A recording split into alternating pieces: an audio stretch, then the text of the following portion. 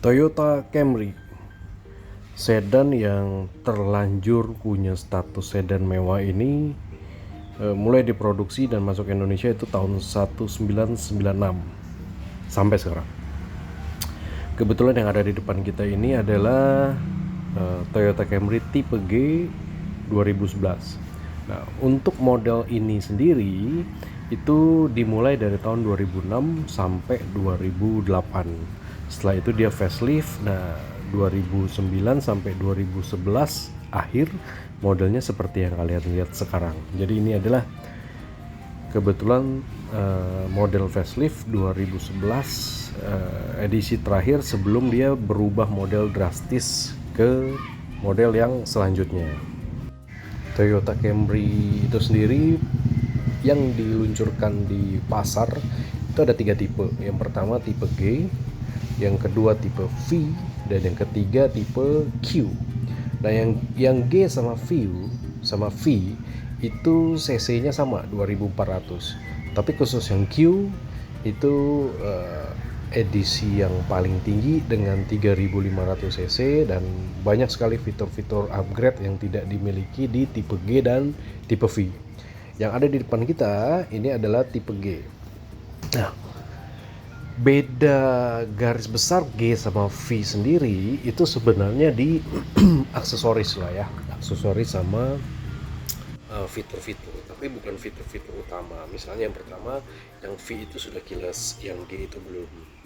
Terus yang V itu di setirnya sudah ada kontrol, jadi kontrol volume, terus kontrol. Yang di G itu belum. Terus yang di V itu dia punya jok sama door trim itu sudah kulit. Yang di G belum, masih fabric. Kalau dari sisi harga sendiri, bedanya untuk yang second ya, second dengan tahun yang sama itu kurang lebih harganya bedanya sekitar 20 sampai 30 juta. Jadi tergantung sobat-sobat senang lagi, balik lagi ke kalian.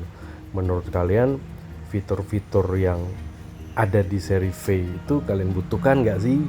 Mengingat perbedaan harganya cukup jauh, cukup signifikan gitu. Tapi overall intinya ini adalah Camry, sobat. Sedan mewah yang sudah murah, yang bisa memberi kita dan keluarga kita kenyamanan serta kebanggaan ketika kita bisa membeli dan membawanya serta memilikinya. Kalau dari sisi interior, Camry yang kalian lihat sekarang ini dia punya head unit itu sudah diganti yang aftermarket yang sudah touchscreen. Yang originalnya modelnya nggak begini, modelnya seperti yang itu yang ada di atas kiri itu ya. Oke, dari dalam kira-kira menampilnya begini, minimalis tapi mewah. Tidak terlalu banyak tombol yang aneh-aneh di dashboard supaya nggak pusing penggunanya. AC-nya sudah dual zone, kanan kiri kita bisa atur sesuai selera. Untuk material dashboardnya sudah soft touch juga ya sobat senang, dikombinasikan dengan kulit, plastik, dan aksen wood panel. Nah, belakangnya juga sudah dapat 2 kisi-kisi AC supaya tidak berebut dinginnya sama AC yang dari depan. Nah, ini penampakan bagian belakang, jok belakangnya. Tekstur joknya dan material kulitnya itu dibikin semewah mungkin dan senyaman mungkin, karena memang Camry ini identik dengan orang yang duduk di belakang. Makanya dia juga menjadi unit mobil pilihan para pejabat, menteri, ya kan, direksi sebagai operasional.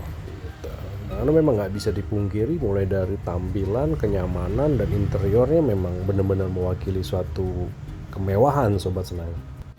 Dari sisi fitur keselamatannya juga sudah oke.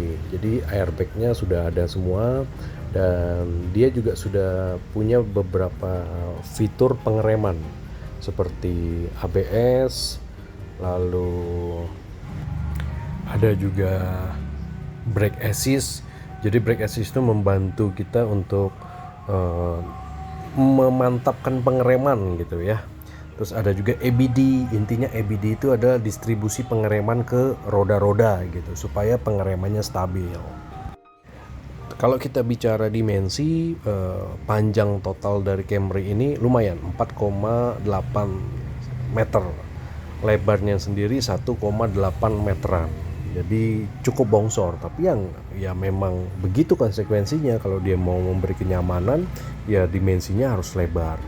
Lalu soal konsumsi bahan bakar, menurut Om selama Om pakai ini juga nggak boros-boros amat lah ya. Jadi range-nya 1 liter itu bisa untuk sekitar 9 sampai 13 kilo.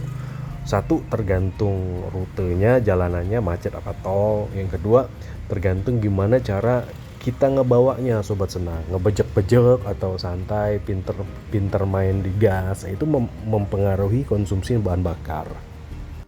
Terus satu lagi, kenapa mobil ini menjadi pilihan para perusahaan untuk direksi serta BUMN untuk para pejabatnya, dari sisi perawatan, karena mobil ini bandel. Kalau dari sisi mesin sih pengalaman Om pakai hampir nggak pernah ada masalah yang signifikan. Ya paling di kaki-kaki ya, tapi wajar lah ya, kaki-kaki itu kan sesuatu yang memang dipakai terus setiap hari gitu ya. Jadi memang sudah punya usia pemakaian gitu. Nah, itulah yang membuat keistimewaan Camry di mata pemakainya yang fanatik, baik itu Camry tua maupun Camry muda. Buat mereka it doesn't matter, yang penting ini adalah Camry, sobat. Ya. Kalau dari sisi mesin, dia 2400 cc dengan 6 percepatan. Sudah cukup banget lah untuk kita melibas jalan-jalan kota. Sekarang kita ngobrol kekurangan. Kalau menurut Om, tipe ini dan tahun ini itu minusnya satu,